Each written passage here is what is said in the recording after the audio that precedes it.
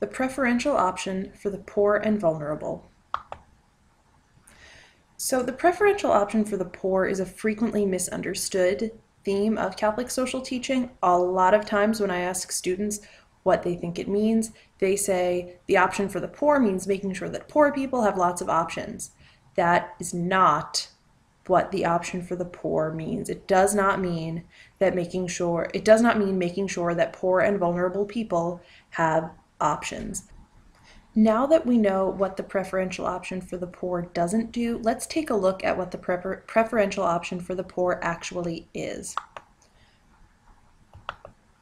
The preferential option for the poor is a way of looking at the world and a way of looking at the policies and laws of societies and governments, and asks, how do these laws and policies affect the poor? In practice, life isn't fair. Most laws and policies don't affect everyone equally.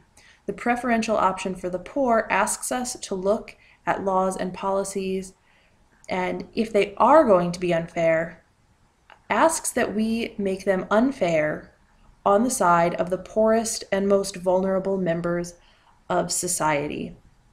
Make them unfair in such a way that it causes no additional harm and even makes life a little bit better.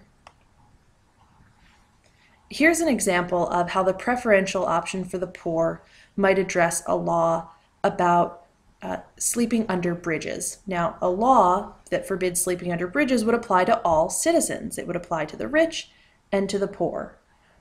If I sleep in a house in a bed every night, though, this law isn't going to make much of a difference in my life. I slept in a bed before, I'll keep sleeping in a bed now. To a homeless person, though, sleeping under a bridge might be the best option for you. It might be the most sheltered, safest place as opposed to sleeping out in the open.